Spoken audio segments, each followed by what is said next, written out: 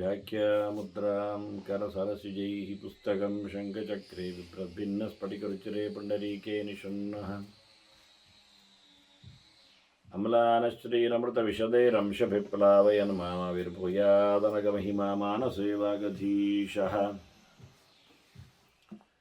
नमस्ते प्राणेश प्रणतविभवाय मुनिमगाः नमः स्वामिन् रामप्रियतमनमन् गुरुगुण नमस्तुभ्यं भीमप्रबलतमकृष्णेष्ट भगवन् नमः श्रीमन्मध्वप्रदिश सुदृशन्नो जय जय श्रीगुरुभ्यो नमः नारायणं सुरगुरुं जगदेकनाथं भक्तप्रियं सकललोकनमस्कृतं च त्रैगुण्यवर्जितमजं भीमाद्यमीशं वन्दे भवग्रहम् अमरासुरसिद्धवन्द्यं नारायणं नमस्कृत्य नरं चैव नरोत्तमं देवीं सरस्वतीं व्यासं ततो जयमुदीरये। ವೇದವ್ಯಾಸುರ ಮಹಾಭಾರತದ ಚಿಂತಕರಿಗೆ ವಂದನೆಗಳು. ಶಾಂತಿ ಪರ್ವದ 503ನೆಯ ಪ್ರವಚನ. ಕೃಷ್ಣನ ನಾಮ ನಿರ್ವಚನ ಚಿಂತನೆ ನಡೀತಾ ಇದೆ. ಅರ್ಜುನ ಕೇಳುತ್ತಾ ಇದ್ದಾನೆ, ಕೃಷ್ಣ ತಿಳಿಸ್ತಾ ಇದ್ದಾನೆ. ಕೃಷ್ಣ ಶಬ್ದದ ಅರ್ಥವನ್ನೇ ಕೃಷ್ಣ ಹೇಳುತ್ತಾನೆ. ಈಗ ವಿಶೇಷವಾಗಿ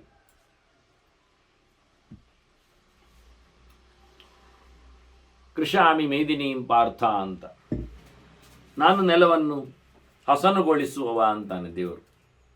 ಹೇಗೆ ಕೇಳಿದ್ರಿ? ಭೂತ್ವ ಕಾರ್ಷ್ಣಾಯಸೋತ್ತರ. ಕಾರ್ಷ್ಣಾಯಸ ಅಂದರೆ ಕಬ್ಬಿಣದ ಜೊತೆಯಲ್ಲಿ ಸೇರಿಕೊಂಡ, ಅಂದರೆ ನೇಗಿಲು ಹೇಳಬೇಕಾದ್ದು. ಅದರಿಂದ ಈ ನೆಲವನ್ನು, ಅಂದರೆ ಭಗವಂತ ನೇಗಿಲಿನ ಒಳಗೆ, ವಿಶೇಷವಾಗಿ ಆಯುಧಗಳಲ್ಲೆಲ್ಲ ಭಗವಂತನ ಸನ್ನಿಧಾನ.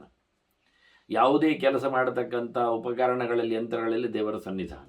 ಸರ್ವಪ್ರಹರಣಾಯುಧ ಅಂತ ದೇವರು ಹೇಳಿಕೊಂಡಿದ್ದಾನಲ್ಲ. ಯದ್ಯದ್ ವಿಭೂತಿ ಮತ್ಸತ್ವಂ ಅಂತ ತಿಳಿಸ್ತಾನಲ್ಲ. ಅಷ್ಟೇ ಅಲ್ಲದೆ ಭಗವಂತನ ವ್ಯೂಹ ರೂಪದಲ್ಲಿ, ಸಂಕರ್ಷಣ ಎನ್ನತಕ್ಕ ರೂಪದಲ್ಲಿ ಇರುವುದು ಹಲಮುಸಲಗಳೇ.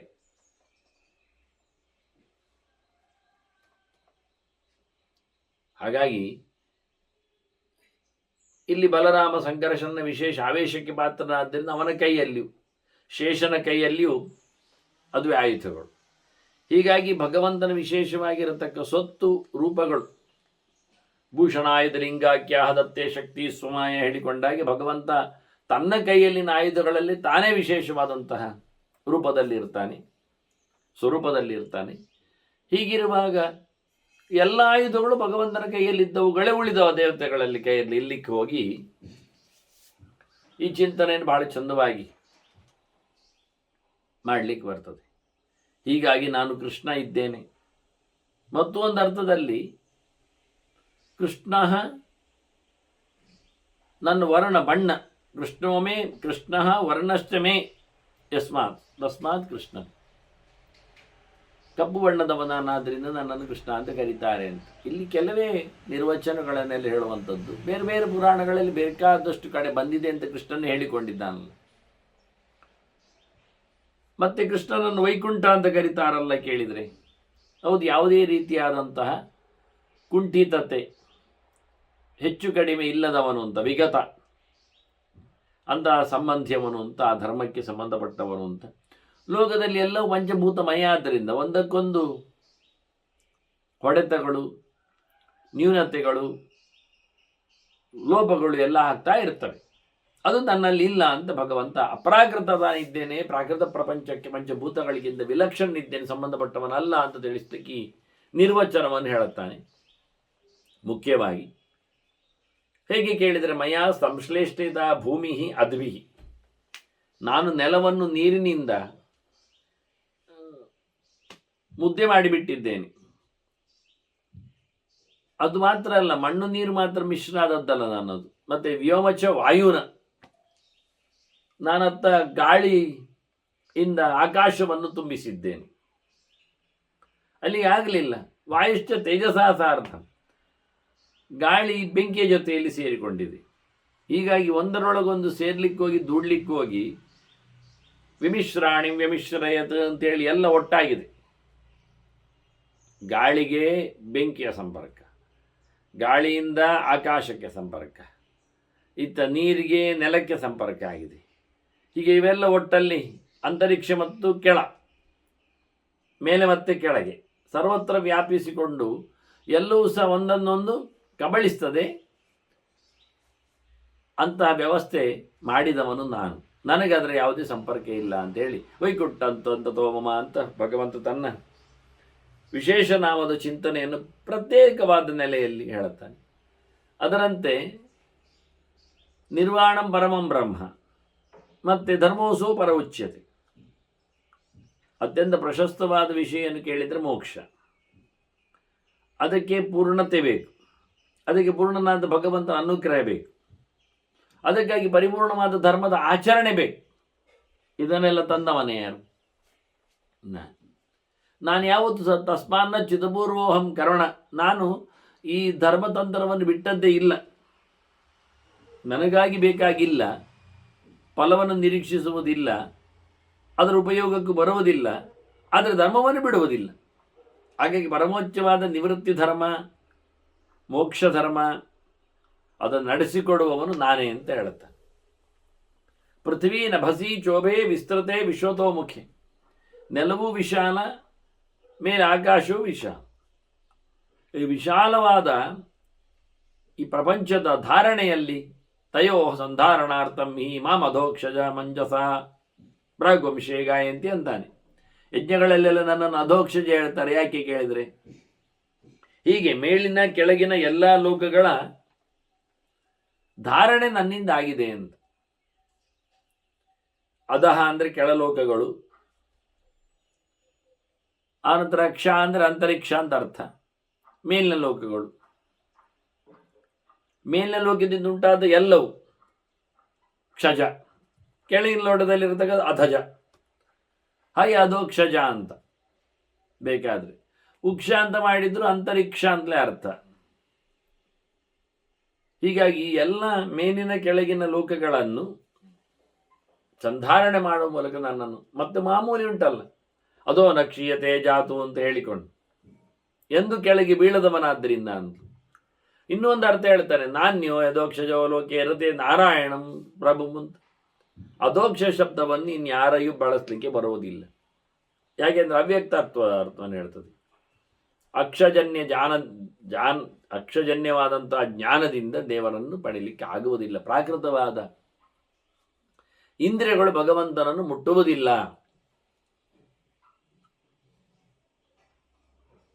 ಎನ್ನುವ ಅರ್ಥದಲ್ಲಿ ಭಗವಂತನ ಎಂದೂ ಸಹ ನಾಶ ಇರುವುದಿಲ್ಲ. ಕೆಲಲೋಕದಲ್ಲಿ ಕೆಲ ರೂಪದಲ್ಲಿ ಬಂದಿದ್ದರೂ, ಅವನು ತನ್ನ ಅವತಾರವನ್ನು ತಾಳಿದಿದ್ದರೂ ಯಾವುದೇ ಪ್ರಕಾರವಾದ ನ್ಯೂನತೆಗೆ ಒಗ್ಗುವುದಿಲ್ಲ ಅವನು ಎನ್ನುವ ಅರ್ಥದಲ್ಲಿ ಅಧೋಕ್ಷಜನನ್ನು ಚಿಂತನೆ ಮಾಡ್ತಾರೆ ಅಂತ. ಹಾಗೆ ಘೃತಾರ್ಚಿಹಿ ಅಂತ, ತುಪ್ಪ ಬೇಕಾದ್ದು ಹೋಮಕ್ಕೆ ಆಹುತಿಯಲ್ಲಿ ಬೆಳಗುವಂಥದ್ದು ಬೆಂಕಿಯನ್ನು, ಅದು ನನ್ನದೇ ಆಗಿರತಕ್ಕಂತಹ ವಿಶೇಷವಾದಂತಹ ಶಕ್ತಿಯಿಂದ ಅಂತಾನೆ ಭಗವಂತ. ಘೃತಂ ಮಮಾರ್ಚಿಷೋ ಲೋಕೆ ಜಂತೂನಾಂ ಪ್ರಾಣಧಾರಣಂ. ತುಪ್ಪ ಪ್ರತಿಯೊಬ್ಬರಿಗೂ ದೇಹಧಾರಣೆಯಲ್ಲಿ, ಮನಸ್ಸಿನ ವಿಶೇಷವಾದ ಶಕ್ತಿಯಲ್ಲಿ ಅದು ಪ್ರಮುಖ ಸ್ಥಾನವನ್ನು ಪಡೆದಿರುತ್ತದೆ. ಅವರಿಗೆ ಅಂತಹ ಒಂದು ಬದುಕಿನ ಧಾರಣೆಗಾಗಿ ನಾನು ಬೇಕಾಗಿರತಕ್ಕಂಥ ದಯವನ್ನು ಪಾಲಿಸಿದ್ದೇನೆ. ಶರಣೆ ಅಂತ ಕರುಣೆ ಭಗವಂತನದ್ದುಂಟು. ಅಂತಹ ಭಗವಂತ ಎಲ್ಲರಲ್ಲಿಯೂ ಸಹ ನೆಲೆಗೊಂಡು ಬೆಳಗುವವನಾಗಿದ್ದಾನೆ. ಎಲ್ಲರನ್ನು ಪ್ರಾಣಧಾರಣೆಯ ಮೂಲಕ ಬೆಳಗಿಸುತ್ತಾನೆ. ಹೀಗಾಗಿ ಭಗವಂತನ ಘೃತಾರ್ಚಿಯಾಗಿದ್ದಾನೆ.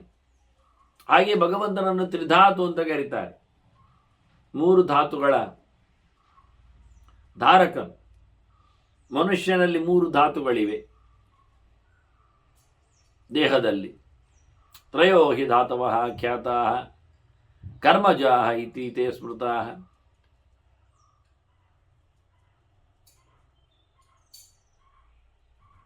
ವಾತ ಪಿತ್ತ ಕಪ ಅಂತ.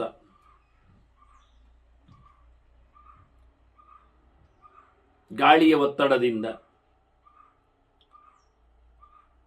ನೀರಿನ ಏರುಪೇರಿನಿಂದ, ಅಗ್ನಿಯ ವಿಕಾರದಿಂದ, ಇವೆಲ್ಲಕ್ಕೂ ಮಣ್ಣಿನ ದೇಹದಲ್ಲಿರತಕ್ಕಂಥ ಹೆಚ್ಚು ಕಡಿಮೆ ಆಗುವಂಥದ್ದು. ಇದನ್ನು ಆರಂಭ ಅಕ್ಷರ ಇಟ್ಟುಕೊಂಡ್ರೆ ವಾ ಪಿ ಕ ಅಂತ ಆಗ್ತದೆ. ವಾತ ಪಿತ್ತ ಕಪ ಅಂತ. ಅದೇ ಕಕಾರವನ್ನು ಮೊದಲು ಹಾಕಿದ್ರೆ ಕಪವನ್ನು ಮೊದಲು ಹಾಕಿದಾಗ ಆಯಿತು. ಮತ್ತೆ ಪಿತ್ತವನ್ನು ಹಾಕಿದ್ರಿ, ಮತ್ತೆ ವಾತವನ್ನು ಹೇಳಿದ್ರಿ. ಹೀಗೆ ಕಪಾಯ್ ಅನ್ನತಕ್ಕಂತಹ ಆಯುರ್ವೇದವಾದ ಒಂದು ಮದ್ದನ್ನು ಇಂಟ್ರಡ್ಯೂಸ್ ಮಾಡ್ತಾರಲ್ಲ, ಅದು ಇದರದ್ದೇ. ಈ 3 ಅಕ್ಷರವನ್ನು ಒಟ್ಟು ಮಾಡಿತ್ತು. ಅಧ್ಯಕ್ಷರಗಳ ಮೇಳನದಿಂದ ಹೆಸರನ್ನು ಕೊಟ್ಟು ಬೆಳವಣಿಗೆಯಲ್ಲಿ ತಂದದ್ದು ಅಂತ ಅರ್ಥ. ಈ 3 ಧಾತುಗಳು ದೇಹದಲ್ಲಿ ವಿಷಮವಾಗಿದ್ದರೆ ಚೆನ್ನಾಗಿರ್ತಾನೆ, ಸಮತ್ವಕ್ಕೆ ಬಂದರೆ ಸತ್ತೋಗ್ತಾನೆ. ಇವುಗಳನ್ನು ಪ್ರತಿಯೊಬ್ಬರಲ್ಲಿಯೂ ಕ್ರಿಯಾಶೀಲನನ್ನಾಗಿಸಿಕೊಂಡದ್ದು ನಾನು, ನನ್ನಲ್ಲಿ ಅವುಗಳ ಕೆಲಸ ಇಲ್ಲ ಅಂತಾನು. ಏತೈಶ್ಚ ಧಾರ್ಯತೆ ಜಂತು ಏತೈ ಕ್ಷೀಣೈಶ್ಚ ಶೀಯತೆ. ಅವುಗಳು ಕಮ್ಮಿ ಆಗಲಿಕ್ಕಬಾರದು ದೇಹದಲ್ಲಿ, ಇಲ್ಲ ಆದರೂ ತೊಂದರೆ. ಹೀಗಾಗಿ 3 ಧಾತುಗಳು ಹೊತ್ತ ದೇಹಗಳನ್ನು ಹೊತ್ತವನು ನಾನು. ಅವುಗಳ ಪರಿಣಾಮವನ್ನು ತಂದವನು ಅನ್ನುವ ನೆಲೆಯಲ್ಲಿ ಭಗವಂತನನ್ನು ತ್ರಿಧಾತು ಅಂತ ಕರೀತಾರೆ. ಭಗವಂತನನ್ನು ವೃಷ ಅಂತ ಹೇಳ್ತಾರೆ. ವೃಷ ಅಂದ್ರೆ ಏನರ್ಥ? ವೃಷೋ ಹಿ ಭಗವಾನ್ ಧರ್ಮ, ಧರ್ಮ ಅಂತ ಅರ್ಥ. ಹಾಗಾಗಿ ಭಗವಂತ ಧರ್ಮಸ್ವರೂಪನು, ಧರ್ಮಕ್ಕೆ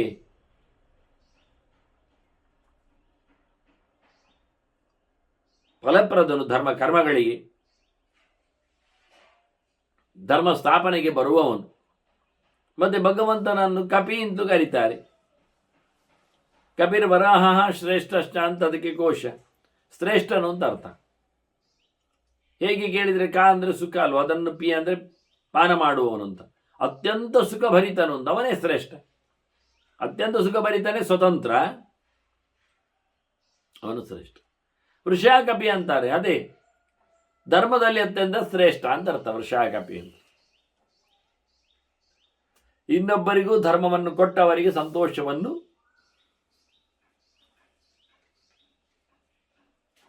ಉಣಿಸುವವನು, ಧರ್ಮಾತ್ಮರನ್ನು ಶ್ರೇಷ್ಠರನ್ನಾಗಿಸುವವನು, ಧರ್ಮವನ್ನೇ ಶ್ರೇಷ್ಠ ಅಂತ ಹೇಳಿಕೊಂಡವನು. ಮತ್ತೆ ಭಗವಂತನು ಅಚ್ಯುತನು, ಅನಾದಿಯು, ಅನಂತನು, ಅಮಧ್ಯನು. ನಚಾದಿನ್ನ ಮಧ್ಯಂ ತಥಾ ನೈವ ಚಾಂತಂ. ದೇವರಿಗೆ ತುದಿ ಮೊದಲು ಕಡೆವನು ಅಂತ ಏನಿಲ್ಲ. ಹಾಗಾಗಿ ಅವನನ್ನು ಅನಂತ ಅಂತ ಮುಂತಾದ ನಾಮಗಳಿಂದ ಚಿಂತನೆ ಮಾಡುವ ಕ್ರಮ.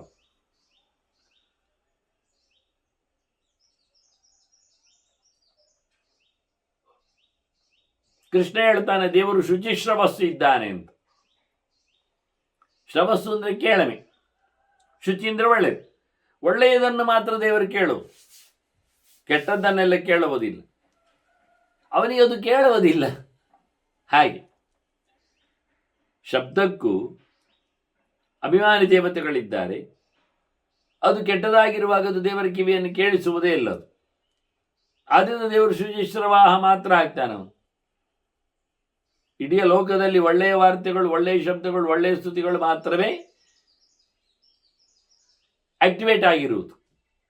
ಉಳಿದದ್ದೆಲ್ಲ ಅದು ಸುಮ್ಮನೆ ವಾತಾವರಣದಲ್ಲಿ ತನ್ನ ಕಸುವನ್ನು ಕಳ್ಕೊಳ್ತದೆ. ಇದು ಭಗವಂತನ ಗುಟ್ಟು. ಅಂತಹ ಸಂದರ್ಭದಲ್ಲಿ ಅದು ಕೆಟ್ಟ ಶಬ್ದಗಳು ಸೈಲೆಂಟ್ ಆಗ್ತವೆ. ವಾತಾವರಣದಲ್ಲಿ ಗಾಳಿ ಅದನ್ನು ನುಂಗಿ ಹಾಕ್ತದೆ, ಪ್ರಾಣತತ್ವ. ಆಕಾಶದಕ್ಕೆ ಅಡ್ಡಿ ಮಾಡ್ತದೆ, ಮುಂದೋಗದಾಗಿ ಆ ಗೆರೆಯನ್ನು ಮಾಡಿಬಿಡ್ತದೆ, ಕೇಳದಂತೆ ಮಾಡ್ತದೆ, ಡಿಸ್ಟ್ರಾಯ್ ಮಾಡ್ತದೆ ಮತ್ತೆ. ಹೀಗಾಗಿ ಭಗವಂತನು ಶುಚೀನಿ ಶ್ರವಣೀಯಾನಿ ಶೃಣೋಮೀಹ ನಚ ಪಾಪಾನಿ ಗೃಹ್ಣಾಮಿ ಅಂತಾನೆ ದೇವರು. ನಾನು ಕೆಟ್ಟದ್ದನ್ನೆಲ್ಲ ಕೇಳುವುದೇ ಇಲ್ಲ, ಅದು ಕೇಳುವುದೇ ಇಲ್ಲ, ಹಾಗೆ ಆಗಿದೆ.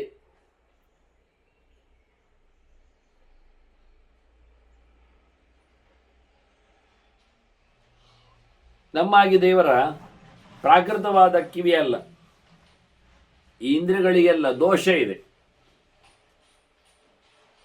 ಅದು ಒಳ್ಳೆಯದು ಮಾಡ್ತದೆ, ಕೆಟ್ಟದ್ದು ಮಾಡ್ತದೆ. ಯಾಕೆಂದ್ರೆ ಒಳ್ಳೆಯ ದೇವತೆಗಳು ಅಲ್ಲಿದ್ದಾರೆ, ಕೆಟ್ಟ ದೈತ್ಯರು ಅಲ್ಲಿದ್ದಾರೆ ಅಭಿಮಾನಿಗಳಾಗಿ. ಮತ್ತು ಒಳ್ಳೆಯದು ಮಾಡದ ಕೆಟ್ಟದ್ದು ಮಾಡದ ಒಂದು ಮಧ್ಯಂತರ ಸ್ಥಿತಿ ಇಲ್ವಾ? ಉಂಟಪ್ಪ, ಮಧ್ಯಂತರ ಸ್ಥಿತಿಯೂ ಇರ್ತದೆ. ಒಳ್ಳೆಯದು ಮಾಡದವ ಒಳ್ಳೆಯದು ಮಾಡಲಿಲ್ಲ ಎನ್ನುವುದಾಯ್ತು, ಆದರೆ ಕೆಟ್ಟದ್ದು ಮಾಡಿದ್ದಾನೆ ಅಂತ ಆಗ್ತಾನ? ಇಲ್ಲ. ಹಾಗಾಗಿ ಒಳ್ಳೆಯದು ಮಾಡದವ ಸೈಮಲ್ಟೇನಿಯಸ್ಲಿ ಕೆಟ್ಟದ್ದು ಮಾಡದವ, ಅವನನ್ನು ಒಳ್ಳೆಯದು ಮಾಡಲಿಲ್ಲ ಎನ್ನುವ ಸಾಲಲ್ಲಿ ಸೇರಿಸುವುದಿಲ್ಲ, ಮತ್ತು ಕೆಟ್ಟದ್ದು ಮಾಡಿದ್ದಾನೆ ಅಂತ ಹೇಳುವ ಸಾಲಿಗೂ ಹಾಕುವುದಿಲ್ಲ. ಯಾಕೆಂದರೆ ಅವನು ಕೆಟ್ಟದ್ದು ಮಾಡಲಿಲ್ಲ. ಅಲ್ಲದು ಒಳ್ಳೆಯದು ಮಾಡದೇ ಇರುವುದೇ ಒಂದು ಕೆಟ್ಟದು, ಅದು ಪೂರ್ಣ ಅಲ್ಲ. ಕೆಡಿಸಿದ್ರೆ ಮಾತ್ರ ಕೆಟ್ಟವನಾಗ್ತದೆ. ಹಾಗೆ ಇಂಥ ಪದಾರ್ಥಗಳನ್ನು ಉಪಯೋಗಿಸಿಕೊಂಡಲ್ಲಿ ಅದನ್ನು ಬದಿಯಲ್ಲೇ ಇಡ್ಲಿಕ್ಕೆ, ನಮ್ಮ ದೇಹಗಳು ಎರಡನ್ನು ಮಾಡಲಿಕ್ಕೆ ಹೋಗಿ, ಇಬ್ಬರು ಇರಲಿಕ್ಕೆ ಹೋಗಿ, ಕಣ್ಣು ಒಳ್ಳೆದು ನೋಡ್ತದೆ, ಕೆಟ್ಟದ್ದು ನೋಡ್ತದೆ, ಕಿವಿಯೂ ಹಾಗೆ, ಬಾಯಿಯೂ ಹಾಗೆ, ಮೂಗು, ಎಲ್ಲವೂ ಇಂದ್ರಿಯಗಳು. ದೇವರಲ್ಲಿ ಪ್ರಾಕೃತವಾದ ಇಂದ್ರಿಯಗಳು ಇಲ್ಲ, ಆದ್ದರಿಂದ ದೇವರಿಗೆ ಆ ಸಮಸ್ಯೆ ಇಲ್ಲ. ಕೆಟ್ಟದ್ದು ನೋಡ್ತದೆ ಅಂತ ಇಲ್ಲ, ಆಗ ಮುಚ್ಚಬೇಕು ಬಾಯಿ ಅಂತ ಅಲ್ಲ.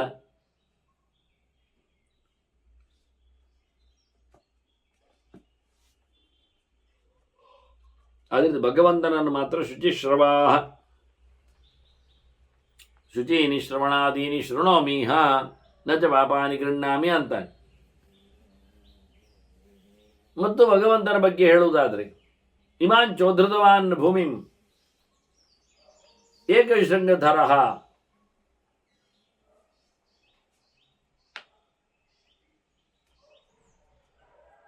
ಒಂದು ಕೊಂಬಿನ ವ್ಯಕ್ತಿ ಈ ನೆಲವನ್ನು ಹೊತ್ತಿದ್ದಾನೆ ಅಂತ ಹೇಳಿದರು. ಹಾಗಾಗಿ ವರಾಹನನ್ನು ಚಿಂತನೆ ಮಾಡಿದ್ದು ಅಂತ ತಿಳಿಸ್ತಾರೆ. ಸರಿ, ಕುಸಿದ ಭೂಮಿಯನ್ನು ದಾಡೆಯಿಂದ ಮೇಲಕ್ಕೆ ತಂದಿದ್ದಾನೆ ಎನ್ನುವುದು ಸತ್ಯ. ಆದರೆ ಏಕಶೃಂಗನಾಗಬೇಕು ಯಾಕೆ? ಬೋರಿಗೆ ಒಂದೋ ಎರಡೋ ದಾಡೆ, ಕಾಡು ಹಂದಿಗೆ. ಅದರಿಂದ ಶೃಂಗವನ್ನು ನಾವು ದಾಡೆ ಅಂತ ಹೇಳಿಕೊಂಡರು ಅಲ್ಲ.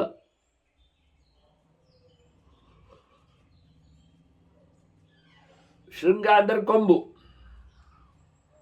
ವರಾಹ ರೂಪದ ಭಗವಂತನಿಗೆ ಖಡ್ಗಮೃಗದಾಗಿ ಒಂದು ಮುಸುಳಿನಲ್ಲಿ ಕೊಂಬು ಇತ್ತು ಅಂತ ಹೇಳ್ತಾರೆ. ಈಗ ಖಡ್ಗಮೃಗದಾಗಿ ಮುಸುಳಿನಲ್ಲಿ ಬರಬೇಕು ಅಂತಿಲ್ಲ, ಶೃಂಗದ ಜಾಗದಲ್ಲೇ ಇತ್ತು. ಶೃಂಗದ ಜಾಗ ನೆತ್ತಿಯ ಎರಡು ಡುಬ್ಬ ಪ್ರದೇಶಗಳಲ್ಲಿ ಎರಡು ಬರಬೇಕಲ್ಲ, ಒಂದು ಜಾಗ ಅದು ಮಧ್ಯದಲ್ಲಿ ಬಂದಿದೆ. ಮಧ್ಯದಲ್ಲಿ ಕೊಂಬು ಬಂದ ಪ್ರಾಣಿಯೂ ಇದೆ, ದನ. ಅದು ಸರಿಯಾದ ಗ್ರೋತ್ ಅಂತ ಹೇಳುವುದಿಲ್ಲ ಯಾರು. ಏನೋ ಬಲಾತ್ಕಾರದಲ್ಲಿ ವೈಕಲ್ಯದಲ್ಲಿ ಉಂಟಾದ ಕ್ರಮ ಆಯ್ತು. ಹಾಗೆ ಒಂದು ಕೊಂಬು ಇರುವಂಥದ್ದು ಖಡ್ಗಮೃಗದಲ್ಲಿ ಮುಸುಂಡಿನ ಮೇಲೆ ಆದರೆ, ತಲೆಯ ತುದಿಯಲ್ಲಿ ಅಲ್ಲ ಆದರೆ, ಕೊಂಬಲ್ಲ ಅದು. ಹಾಗಾದ್ರೆ ಏನೋ ಒಂದು ಗೀರುವ ಪದಾರ್ಥಗಳು. ಹಾಗೆ ವರಾಹ ಅನ್ನುವುದಕ್ಕಿಂತ ಭೂಮಿಯ ಉದ್ಧಾರದಲ್ಲಿ, ಭೂಮಿ ಶಬ್ದವನ್ನು ಬೇರೆ ಅರ್ಥ ಮಾಡಿಕೊಂಡಾಗ, ಏಕಶೃಂಗಧರೋ ಮತ್ಸ್ಯ ಹೈಮೋ ನಿಯುತ ಯೋಜನಾ ಅಂತೇಳಿ ಮತ್ಸ್ಯ ರೂಪಕ್ಕೆ ಒಂದು ಕೊಂಬಿತ್ತು. ಹಾಗಾದ್ರೆ ಭೂಮಿ ಏನು ಮಾಡಿದ? ಅವ ಮುಂದಿನ ಮನ್ವಂತರಕ್ಕೆ ಬೇಕಾದಂತಹ ಭೂಮಿ, ಬೀಜ, ಜ್ಞಾನ ಎಲ್ಲವನ್ನು ಹೊತ್ತು ನಿಂತಿದ್ದ ಪ್ರಳಯ ಕಾಲದಲ್ಲಿ.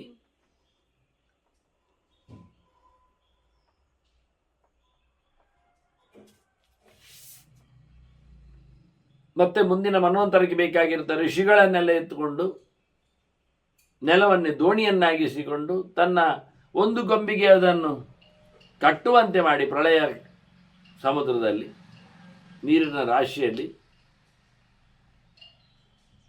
ಮತ್ತೆ ಅವನ ಚಿಂತನೆ ಬರುವಂತೆ ನೋಡಿಕೊಂಡಿದ್ದ. ಹಾಗಾಗಿ ಇಮಾಂ ಚೋದ್ರತವಾನ್ ಭೂಮಿಂ ಏಕಶೃಂಗಧರಃ, ಹಾಗಾಗಿ ನಾನು ಏಕಶೃಂಗ ಅಂತ ಕರೆಯಲ್ಪಡಿ ಏಕಶೃಂಗಸ್ತದೋಸ್ಮ್ಯಹಂ. ಅದೇ ಒಂದು ವರಾಹ ಅಂತ ಆದ್ರೆ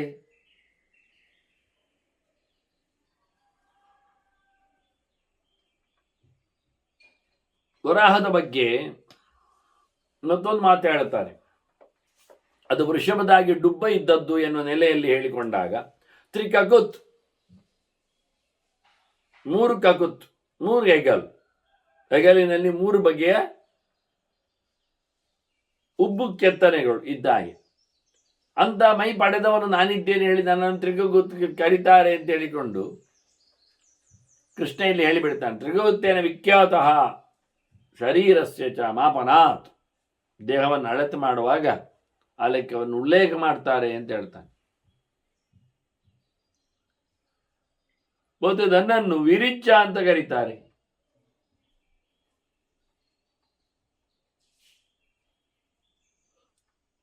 ಅದು ಬ್ರಹ್ಮದೇವನ ಹೆಸರು.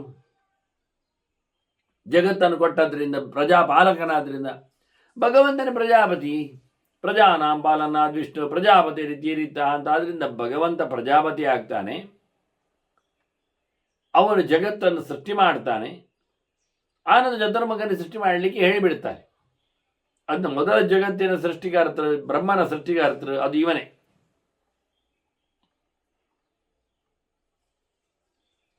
ಹೀಗೆ ಭಗವಂತನ ರೂಪನಾಮಗಳ ವಿಶೇಷತೆಗಳು. ಅದನ್ನು ಪ್ರಜಾಪತಿಯು ಭಗವಂತ, ಪ್ರಜಾನಾಂ ಪಾಲನಾದ್ ವಿಷ್ಣು ಹೇಳಿದ ಹಾಗೆ ರೇಚನಾಥ್ ಸರ್ವಲೋಕಗರ್ತ್, ಇಡೀ ಜಗತ್ತನ್ನು ಜನರನ್ನು ಸೃಷ್ಟಿ ಮಾಡಿದ್ರಿಂದ, ಹೊರಗಿದ್ದರಿಂದ ನಾನು ರೋಚನ ಅಥವಾ ರೇಚನ ಮಾಡಿದ್ರಿಂದ, ಹೊರಗೆ ತಂದದ್ರಿಂದ ನಾನು ವಿಶೇಷವಾಗಿ ವಿರಿಂಚೆ ಇದ್ದೇನೆ. ವಿಶೇಷವಾದ ರಿಂಚ ಅಂದರೆ ರೇಚನ ಅಂತ ಅರ್ಥ ಮಾಡಿಕೊಂಡಾಗ. ಮತ್ತೆ ವಿದ್ಯಾ ಸಹಾಯವಂತಂ ಮಾಂ ಆದಿತ್ಯಸ್ತಂ ಸನಾತನಂ. ನಾನು ಸೂರ್ಯನಲ್ಲಿದ್ದೇನೆ ಹಿಂದಿನಿಂದಲೂ.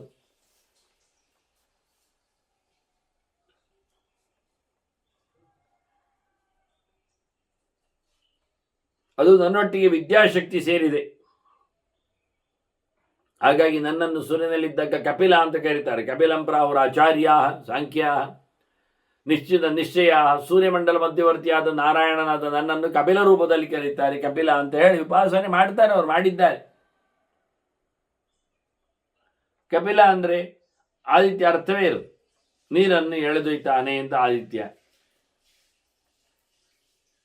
ಹೀಗೆ ನೀರನ್ನು ಖಾಲಿ ಮಾಡ್ತಾನೆ ಎನ್ನುವ ಅರ್ಥವನ್ನೇ ಕಮ್ ಅಂದ್ರೆ ಜನಮಲ್ಲೋ. ಅದನ್ನ ಕಪಿಲನ ಅರ್ಥದಲ್ಲಿ ಇದೇ ರೀತಿಯಾದಂಥ ಅರ್ಥವನ್ನು ತರಲಿಕ್ಕೆ ಆಗ್ತದೆ. ಆದ್ರಿಂದ ಕಪಿಲ.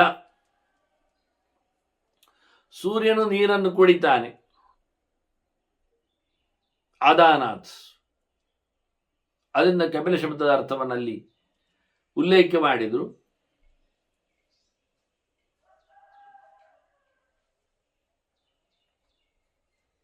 ಒಳ್ಳೆ ಆನಂದ ಭರಿತರ ಮಂಡಲ ಭೇದನೆ ಮಾಡಿಕೊಂಡು ಹೋಗುವುದಕ್ಕೂ ಕಪಿಲ ಅಂತ ಕರೀತಾರೆ. ಅದನ್ನು ಸಾಂಖ್ಯರು ಕರೆದ ನಾಮ ಇದು ವಿಶೇಷ. ಕಪಿಲ ಇದ್ದಾನೆ, ವಿಶೇಷವಾದಂತಹ ಜ್ಞಾನಕ್ಕೆ ಸುಖಕ್ಕೆ ಕಾರಣನಾಗಿ ನಿಂತಿದ್ದಾನೆ.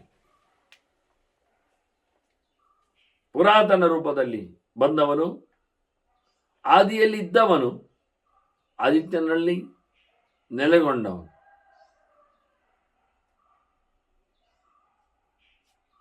ಹೀಗೆ ಎನ್ನುವ ವಿಶೇಷ ಅರ್ಥದಲ್ಲಿ ಭಗವಂತನ ಸನಾತನ ಚಿಂತನೆಯನ್ನು ಕೊಡುತ್ತಾ, ಭಗವಂತನನ್ನು ಹಿರಣ್ಯಗರ್ಭ ಅಂತಾರಲ್ಲ, ಹಿತಂಚ ರಮಣೀಯಂಚ ಹೇಳಿಕೊಂಡಾಯಿ. ಅತ್ಯಂತ ಶುದ್ಧವಾಗಿರತಕ್ಕಂತಹ ಮಾತಿನ ಮಂಟಪದಲ್ಲಿ ನಿಲುಕುವವನು, ಚಿನ್ನನತೆ ವಿಶೇಷವಾದಂಥ ಚಿಂತನೆಗೆ ಬಂದು ಬಿಡುವವನು. ಹಿರಣ್ಯಗರ್ಭ ದ್ಯುತಿಮಾನ್. ಹಿರಣ್ಯ ಬಹಳಷ್ಟು ಬೆಳಕನ್ನು ಕೊಡುವಂತೆ ಪ್ರಕಾಶಪಾನವಾಗಿ ಭಗವಂತ ಇದ್ದಾನೆ, ದ್ಯುತಿಯುಳ್ಳವನಿದ್ದಾನೆ. ಅದರಂತೆ ಭಗವಂತ ಏಷ ಛಂದಸಿ ಸ್ತುತಃ, ಅತ್ಯಂತ ಪ್ರಶಸ್ತವಾದದ್ದು ಅಕ್ಷರ ಮಾತು. ಅದರಲ್ಲಿ ಸ್ತುತನಾದವನು, ವೇದದಲ್ಲಿ ಸ್ತುತನಾದವನು ಭಗವಂತ. ಹಾಗಾಗಿ ಹಿರಣ್ಯ ಗರ್ಭ ಸ್ತುತ್ಯನಾಗಿ ಗರ್ಭ ಅಂತ ಅನಿಸಿಕೊಳ್ತಾನೆ. ಲೋಕಾಹ ಸಂಪೂಜ್ಯತೆ ನಿತ್ಯಂ ಸೇವಾಯಂ ವಿಭುಸ್ಮೃತಃ. ಭಗವಂತನನ್ನು ಇಡೀ ಲೋಕಗಳು, ಇಲ್ಲಿ ಲೋಕಗಳು ಆಗ್ಬೋದು, ಯೋಗೈ ಸಂಪೂಜ್ಯತೆ ಅಂತಾನೆ. ವಿಭು ಆಗಲಿಕ್ಕೆ ವಿಶೇಷವಾದಂತಹ ಭವನವುಳ್ಳವ, ರೂಪವುಳ್ಳವ, ಅದರಿಂದ ಲೋಕಗಳು ವಿಶೇಷವಾದ ಪ್ರಾರ್ಥನೆಗಳಿಂದ, ಪದ್ಧತಿಗಳಿಂದ ಪೂಜೆ ಮಾಡ್ತಾರೆ. ಅದು ಯೋಗಿ ಆಗುವುದಕ್ಕಿಂತ ಭೋಗೈಹಿ ಆದರೆ ಬಹುಬಗೆಯ ಭೋಗಗಳಿಂದ ಭಗವಂತನನ್ನು ಪೂಜಿಸ್ತಾರೆ ಅಂದಾಗ ಭಗವಂತನ ವಿಭು ಆದದ್ದಾಗಿ, ವಿಭು ಅಂದರೆ ಭೋಗದ ವಿವಿಧ ಭೋಗಗಳು ಉಳ್ಳವನು. ಭೋಗೈ ಸಂಪೂಜ್ಯತೆ ನಿತ್ಯಂ ಸೇವಾಯ ವಿಭುಸ್ಮೃತ. ಬಹುಬಗೆಯ ಭೋಗಗಳಿಂದ ಭಗವಂತನ ಸಮಾರಾಧನೆ, ಹಾಗೆ ಬಹುಬಗೆಯಲ್ಲಿ ಭಗವಂತನ ಆವಿರ್ಭಾವಗಳು. ಹೀಗೆ ಈ ಅರ್ಥದಲ್ಲಿ ದೇವರೊಂದು ಹೊಸ ನಿರ್ವಚನ ವಾಸ್ತವವಾಗಿ. ಇನ್ನು ವೇದ ಮಂತ್ರಗಳು ಅಕ್ಷರಗಳೇ, ಅಲ್ಲಿರತಕ್ಕಂಥ ವರ್ಣ ವಿಶೇಷಗಳೇ ಭಗವಂತನನ್ನು ಮಾತಾಡಿಸ್ತಾರೆ. ಒಂದೊಂದು ವೇದಗಳಲ್ಲಿಯೂ ಕಮ್ಮಿ ಇಲ್ಲ ಶಾಖೆಗಳು. ಋಗ್ವೇದದಲ್ಲಿ 24, ಯಜುರ್ವೇದದಲ್ಲಿ 101, ಸಾಮದಲ್ಲಿ 1000, ಥರದಲ್ಲಿ 12. ಇಲ್ಲಿ ಹೇಳುವಲ್ಲಿಯೂ ಶ್ಲೋಕಗಳೇನು ಸಮರ್ಪಕವಾಗಿಲ್ಲ, ಮತ್ತೆ ತಪ್ಪು ಇರುತ್ತವೆ, ಹೆಚ್ಚು ಕಡಿಮೆ ಇರುತ್ತವೆ, ನೋಡಿಕೊಳ್ಳಬೇಕಾಗತ್ತೆ. ಹಾಗಾಗಿ ಅಂತಹ 1137 ಶಾಖೆಗಳಿಂದ ಋಗ್ವೇದ ಗಾಯತ್ರಿಗೆ ವಿಶೇಷ ಒತ್ತು ಕೊಟ್ಟಂತಹ ವಸ್ತುವಾದ್ದರಿಂದ 24 ಅಲ್ಲಿ ಅಕ್ಷರಗಳಾಗಿ 24 ಸಂಹಿತೆಗಳು, ಶಾಖೆಗಳು. ಅದನ್ನು ಇಲ್ಲಿಯೂ ತಪ್ಪು ಬರೆದಿದ್ದಾರೆ, ತಪ್ಪು ಹೇಳಿದ್ದಾರೆ, ತಪ್ಪು ತಿಳಿಸಿದ್ದಾರೆ ಪ್ರಿಂಟ್ ಮಾಡುವವರು, ಮುದ್ರಕರು, ಮತ್ತು ಅಧ್ಯಾಪಕ ಪಾಠ. ಅದು ಮಹಾಭಾಷ್ಯದಲ್ಲಿಯೇ 21 ಮಾತ್ರ ಇರ್ಲಿಕ್ಕೆ ಹೋಗಿ 24 ಸಂಹಿತೆಗಳು, ಶಾಖೆಗಳು. ಯಜುರ್ವೇದದ್ದು 101, ಸಾಮದ್ದು 1000, ಅಥರ್ವದ್ದು ಸರಿ ಹೇಳ್ತಾ ಇಲ್ಲ. ಮಹಾಭಾಷ್ಯಗಾರನೇ ನವಧ ಅಂತಾನೆ, 9 ಮಾತ್ರ ಉಲ್ಲೇಖ ಮಾಡ್ತಾನೆ, ಆದರೆ 12. ಅದು ಹೇಗೆ ಕೇಳಿದರೆ ಅದು ವೇದವ್ಯಾಸರು ಹೇಳಿದ್ದು. ಚತುರ್ಥ ವ್ಯಪದತ್ತಾಂ ಚತುರ್ವಿಂಶತಿದಾ ಪುನಃ ಶತದಾಚೈಕದಾಚೈವ ಪುನಶ್ಚೈವ ಸಹಸ್ರದ ಕೃಷ್ಣ ದ್ವಾದಶದಾಚೈವ ಹೇಳಿಕೊಂಡು ವೇದವನ್ನು ವಿಭಾಗ ಮಾಡಿದ ಮಾತನ್ನು ವೇದವ್ಯಾಸರೇ ಬೇರೆಡೆ ಹೇಳಿದ್ದಾರೆ ಎಷ್ಟಿದೆ ಅಂತ. ಹಾಗಾಗಿ ಅಷ್ಟು 1137 ಶಾಖೆಗಳಿಂದ ಸ್ತುತಿಸಲ್ಪಡುವವನು ನೀನು, ಅಲ್ಲಿನ ರೂಪ ಹೊತ್ತವನು ನೀನು. ವಿಶೇಷವಾದಂಥ ಚಿಂತನೆ ಅಕ್ಷರಗಳಿಂದ. ಆದ್ದರಿಂದ ವೇದಾಕ್ಷರಣಿ ಯಾವಂತಿ ಪಠಿತಾನಿ ದ್ವಿಜಾದಿಪಿ ತಾವಂತಿ ಹರಿನಾಮಾನಿ ಪಠಿತಾನಿ ಅನ್ನೋ ಸಂಶಯ ಹೇಳಿತ್ತು. ಅದರಲ್ಲಿಯೂ ಸಂಹಿತಾ ಪಾಠಕ್ಕಿಂತ ಕ್ರಮ ಪಾಠಕ್ಕೆ ಹೆಚ್ಚು ಒತ್ತು. ಪದಪಾಠಕ್ಕೆ ಪದ ಮತ್ತು ಕ್ರಮ, ಪದ ವಿಶೇಷ. ಅಗ್ನಿಂ ಈಳೆ ಪುರೋಹಿತಂ ಇತಿ ಪುರೋಹಿತಂ, ಹೀಗೆ ಸಹಜವಾದಂತಹ ಬಿಡಿಸಿ ಪದಗಳನ್ನು ಚಿಂತನೆ ಮಾಡುವ ರೀತಿ.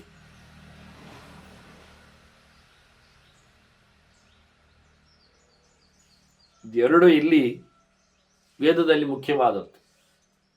ಸಮಸ್ತ ವೇದದ ಅಕ್ಷರಗಳು ಭಗವಂತನನ್ನು ಹೇಳುತ್ತವೆ.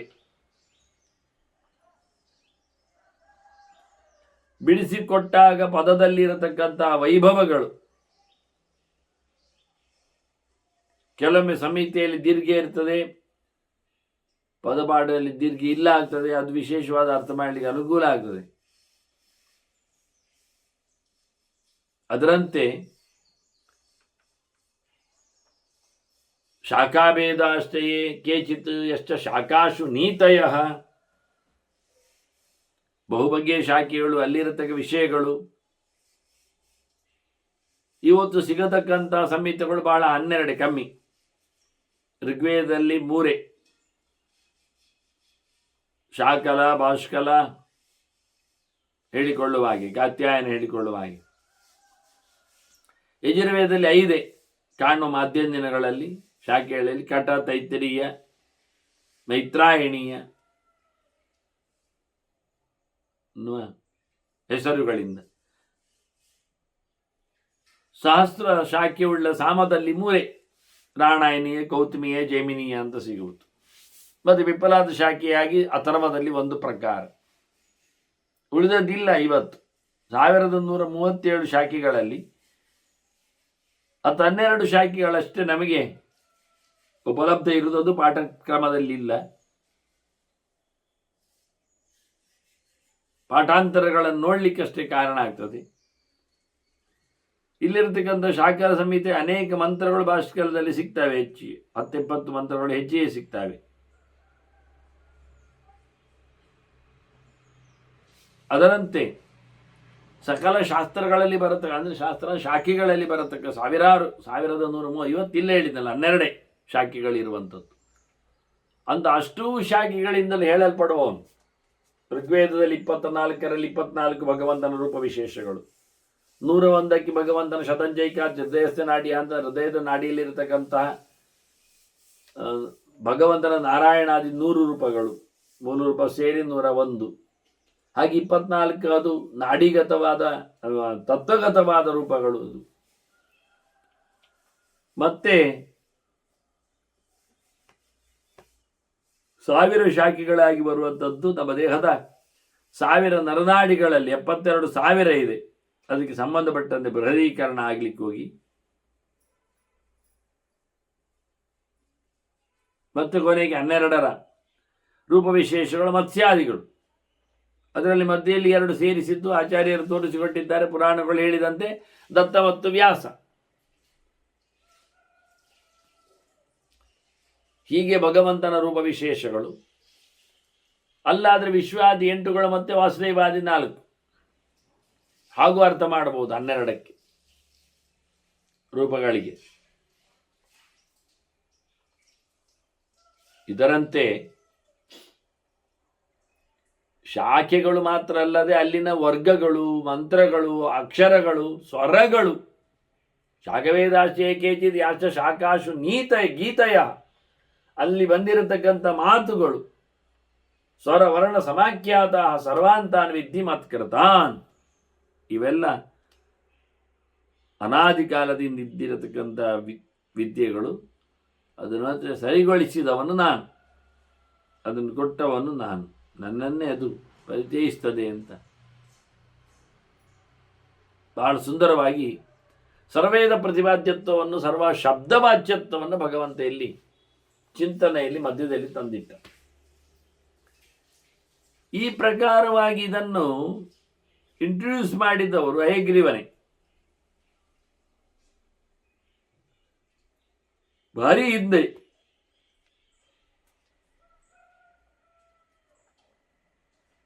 ಯತ್ತದ್ ಹಯಶಿರಃ ಪಾರ್ಥ ಸಮುದೇತಿ ವರಪ್ರದಂ ಸೋಹಂ ಏವ ಉತ್ತರೇ ಭಾಗೆ ಕ್ರಮಾಕ್ಷರ ವಿಭಾಗವಿತ್ತು. ಮೇರುತ್ತರ ಭಾಗದಲ್ಲಿ ಕೂತು ನಾನಿದನ್ನು ವ್ಯವಸ್ಥಿತವಾಗಿ ಜನರಿಗೆ ಸಿಗುವಂತೆ ಮಾಡುವ ವ್ಯವಸ್ಥೆ ಎಲ್ಲಿದ್ದು?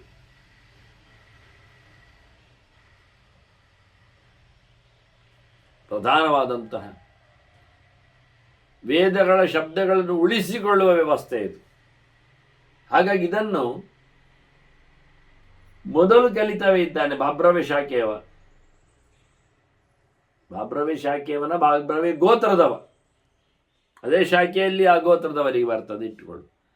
ಅವನು ಪಾಂಚಾಲ, ಒಬ್ಬ ಋಷಿ, ಭಗವಂತನ ವಿಶೇಷವಾದ ಅನುಗ್ರಹಕ್ಕೆ ಪಾತ್ರನಾದವ. ರಾಮಾದೇಶಿತ ಅಂತ ಹೇಳ್ತಾರೆ ಇಲ್ಲಿ, ರಾಮ ಹೇಳಿ ಹಾಗೆ ಅಂತ. ಯಾವ ರಾಮ ಹೇಳಿರುವುದಿಲ್ಲ.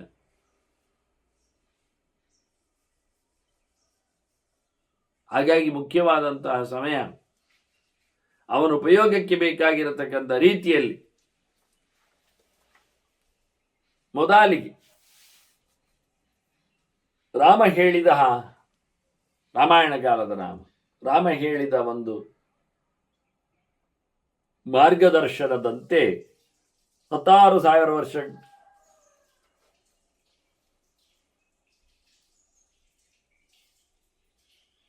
ರಾಜ್ಯಭಾರ ಮಾಡಿದವ ರಾಮ. ಹಾಗಾಗಿ ಅವನು ಜ್ಞಾನ ಕಾರ್ಯವನ್ನು ನಡೆಸಿಕೊಟ್ಟಿದ್ದಾನೆ. ಅವನ ಆದೇಶದಿಂದ ಹೇಗ್ರೀವನ ಉಪಾಸನೆಯನ್ನು ಮಾಡುವ ಮೂಲಕ ಮೊದಲ ಬಾರಿಗೆ ಬಾಬರೇವ ಗೋತ್ರದ ಪಾಂಚಾಲ ಋಷಿ ಅವನು ವೇದದ ಕ್ರಮವನ್ನು ತಂದ ಅಂತ.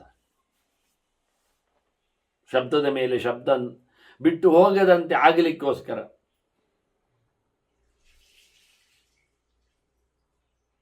ಒಂದಕ್ಕೊಂದು ಕೊಂಡಿಯಾಗಿ ಬೆಸೆದುಕೊಂಡು ಹೋಗುವ ನಮೂನೆ.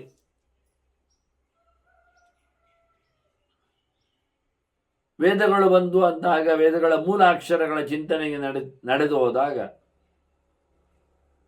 ಅದಕ್ಕೆ ಸಮರ್ಪಕವಾಗಿರತಕ್ಕಂಥ ಎಲ್ಲ ಹೇಳುವುದು ಹೇಗೆ, ಅಕ್ಷರಗಳನ್ನು ಹೇಳಲಿಕ್ಕೆ ಶಿಕ್ಷಾ, ಇದನ್ನು ಗಾಲವ ಕೊಟ್ಟಿದ್ದಾನೆ. ಮತ್ತೆ ಹಾಗೆ ಪುಂಡರೀಕ ರಾಜ, ಅವನನ್ನು ಬ್ರಹ್ಮದತ್ತ ಅಂತ ಕರೀತಾರೆ. ಪುಂಡರೀಕೋಥ ರಾಜಾಚ ಬ್ರಹ್ಮದತ್ತ ಪ್ರತಾಪವಾನ್. ಅವನು ಈ ಹುಟ್ಟು ಸಾವುಗಳ ದುಃಖದ ಕಥೆಯ ಬಗ್ಗೆ ಚಿಂತನೆ ಮಾಡಿದ. ಜಾತಿ ಮರಣಜಂ ದುಃಖಂ ಸ್ಮೃತ್ವಾ ಸ್ಮೃತ್ವಾ ಪುನಃ ಪುನಃ, ಮತ್ತೆ ಮತ್ತೆ ಲೆಕ್ಕಾಚಾರ ಮಾಡಿ ಹುಟ್ಟಿ ಬರದಂತೆ ಮಾಡಿಕೊಳ್ಳುವ ವ್ಯವಸ್ಥೆಯಲ್ಲಿ ನಿಂತವನವನು. ಹಾಗಾಗಿ ಸಪ್ತಜಾತಿಷು ಮುಖ್ಯತ್ವಾತ್ ಯೋಗಾನಾಂ ಸಂಪದಂಗತ.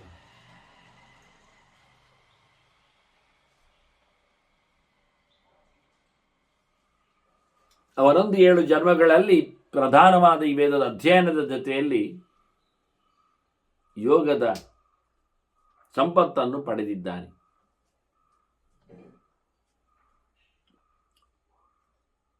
ಮತ್ತು ಒಂದು ಶಬ್ದ ಚಿಂತನೆಗೆ ಬರ್ತಾನೆ ಕೃಷ್ಣ. ಪುರಾಹಂ ಆತ್ಮಜಃ ಪಾರ್ಥ ಪ್ರಥಿತಃ ಕಾರಣಾಂತರಿ. ಏನೋ ಒಂದು ವಿಷಯದಲ್ಲಿ ನಾನು ಧರ್ಮನಿಗೆ ಮಗನಾಗಿ ಹುಟ್ಟಿದೆ, ಹಾಗಾಗಿ ನನ್ನನ್ನು ಧರ್ಮಜ ಅಂತ ಕರೀತಾರೆ.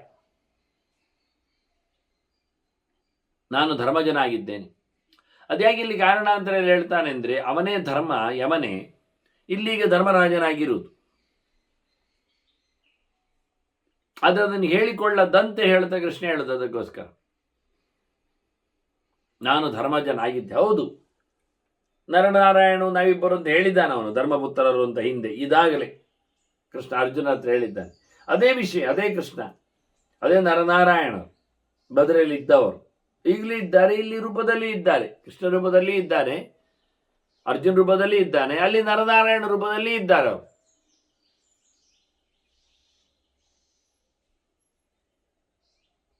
ಇದ್ದಾರೆ ಅಂತ ಹೇಳಿ ನಾವು ಉಪಾಸನೆ ಮಾಡಿದ ಇವರೆಲ್ಲೇ ಇರ್ತಾರೆ, ಇಲ್ಲ ಆದರೆ ಇಲ್ಲ. ಹಾಗೆ ನಾನು ಹಿಂದೆ ಧರ್ಮಜ ಅಂತ ಅನಿಸಿಕೊಂಡಿದ್ದೆ. ಆಗ ಒಂದು ಘಟನೆ ನಡೆಯಿತು ನನ್ನ ಕಾಲದಲ್ಲಿ, ದಕ್ಷಯಜ್ಞ ಧ್ವಂಸದ ಕತೆ. ದೀರ್ಘಕಾಲದಲ್ಲಿ ನರನಾರಾಯಣರಿದ್ದಾರೆ, ಇವತ್ತಿದ್ದಾರೆ. ಆದ್ರಿಂದ ದದೀಚ ಹೇಳಿ ಶಿವನಿಗೆ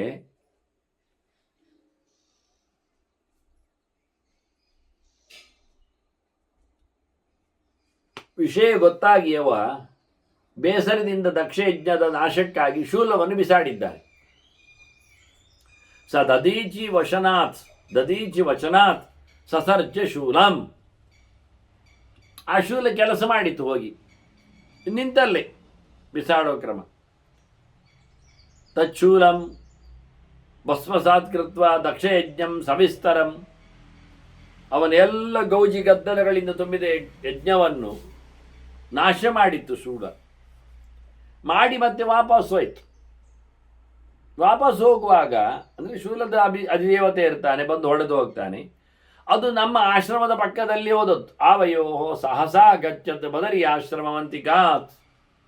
ನೋಡಿ, ನಾರಾಯಣ ಆಶ್ರಮ ಎಲ್ಲಿ ಉಂಟು ಅಂತ ಹೇಳಿಕೊಂಡ್ರು. ನರನಾರಾಯಣರು ಕೃಷ್ಣಾರ್ಜುನರಾಗಿ ಬಂದವರು ಇವತ್ತು ಇದ್ದಾರೆ. ಅವರು ಬದರಿಯಲ್ಲಿದ್ದಾರೆ.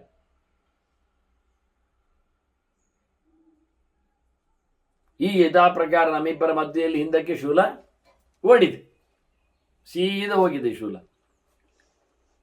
ನಮ್ಮ ಪಕ್ಕದಲ್ಲಿ ಶೂಲ ಹೋಗ್ಲಿಕ್ಕೆ ಹೋಯ್ತಷ್ಟೇ ಅಲ್ಲ, ಅದು ವೇಗೇನ ಮಹತಾ ಪಾರ್ಥ ಪದನ್ ನಾರಾಯಣವರಸಿ. ನಾರಾಯಣನ ಎದೆ ಮೇಲೆ ಅದು ತಾಗಿತು. ಭಾರಿ ವೇಗವಾಗಿ ಬಂದದ್ದು. ನಾವು ಜಪಕ್ಕೆ ತಪಸ್ಸಿಗೆ ಕೂತಿದ್ದೇವೆ ಅಲ್ಲಿ ಬದರಿಯಲ್ಲಿ, ಇಬ್ಬರ ನಡುವೆ ಹೋಗಿದೆ, ನನಗೆ ಹೊಡ್ಕೊಂಡೇ ಹೋಗಿದೆ ಅಂತಾನೆ ಕೃಷ್ಣ. ಈಗ ಅವನೇ ಅವನಲ್ವ. ಅದರಿಂದ ಏನಾಯಿತು ಕೇಳಿದರೆ, ಅದು ಬಿಸಿಯಾಗಿತ್ತಲ್ಲ ಭಾರಿ, ಹಾಗೆ ಅಂತ ಇಟ್ಕೊಳ್ಳಿ, ತೇಜಸ್ಸುಂಟು ಅದರಲ್ಲಿ. ಹಾಗಾಗಿ ನನ್ನ ಕೂದಲೆಲ್ಲ ಕಲರ್ ಚೇಂಜ್ ಆಯಿತು. ತತ್ತಸ್ಯ ತೇಜಸಾವಿಷ್ಟ ಕೇಶಾಹ ನಾರಾಯಣಸ್ಯದು ಬಭೂವು ಮುಂಜವರ್ಣಾಸ್ತು ತಥೋಹಂ ಮುಂಜಶೀರ್ಷವಾನ್. ಈಗ ದೇವರಿಗೆ ಮುಂಜಶೀರ್ಷ ಅಂತ ಹೆಸರುಂಟು. ಯಾಕೆ ಕೇಳಿದರೆ ಅವನ ಕೂದಲುಗಳು ಪ್ರತ್ಯೇಕವಾಗಿವೆ, ವಿಚಿತ್ರವಾಗಿವೆ. ಹೊಡೆದುಕೊಂಡು ಹೋದದ್ದು ಎದೆ ಪಕ್ಕದಲ್ಲಿ, ಅದು ಕೂದಲು ಬಣ್ಣ ಚೇಂಜ್ ಆಯಿತು.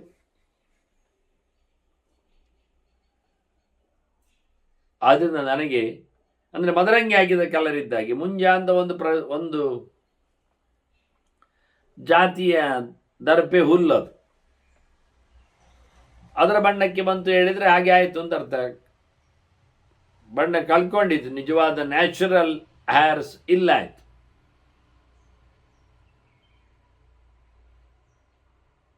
ಎಷ್ಟೋ ಸಮಯದಿಂದ ತಪಸ್ಸು ಮಾಡುತ್ತಿರುವವರಿಗೆ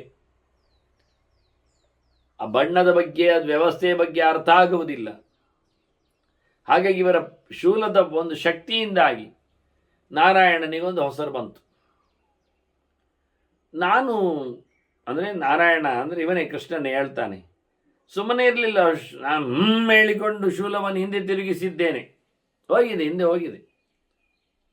ತಥೋಹಂ, ವಾಸ್ತವವಾಗಿ ತಚ್ಚ ಶೂಲಂ ವಿನಿರ್ಧೂತ ಮುಂಕಾರೇಣ, ಮಹಾತ್ಮನ ನಾರಾಯಣ ಅಂತ ಹೇಳಿದ. ಹಾಗಾಗಿ ಜಗಾಮ ಶಂಕರಕರಂ, ನಾರಾಯಣ ಸಮಾತ್, ನಾರಾಯಣ ದೂಡಿ ಶೂಲ ವಾಪಸ್ಸು ಅವನ ಕೈಗೆ ಹೋಗಿದೆ, ಹೇಳಿದ್ರಂತ ಕೈಗೆ ಸಿಕ್ಕಿದೆ. ಹಾಗಾಗಿ ಶೂಲ ಹೊಡೆದುಕೊಂಡು ಹೋದದ್ದು ಹಿಂದಕ್ಕೆ ಮತ್ತೆ ಶಿವನ ಕೈಗೆ ಬಂತು. ಇದರಿಂದ ಶಿವನಿಗೂ ಒಂದು ರೀತಿಯಾದ, ಆದರೆ ಇವನದನ್ನು ತಿರಸ್ಕಾರ ದೃಷ್ಟಿಯಿಂದ ಕಳಿಸಿದ್ದಾನೆ ಅಂತ ಹೇಳಿ, ಅವಹೇಳನಾಗಿದೆ ಅಂತ ಹೇಳಿ ಅವನು ಭಾವಿಸಿಕೊಂಡಿದ್ದ. ಹೀಗಾಗಿ ಶಿವನು ಅದರ ಬಗ್ಗೆ ಕೋಪ ತಾಳಿ ನಾರಾಯಣನ ಮೇಲೆ ದಾಳಿಗೆ ಬಂದಿರ್ತಾನೆ. ಈ ಹಿಂದೆ ಅದರ ಕೆಲವು ಮಾತುಗಳು ಬಂದಿತ್ತು, ನಾರಾಯಣ ಹಿಡಿದ ಕತೆ.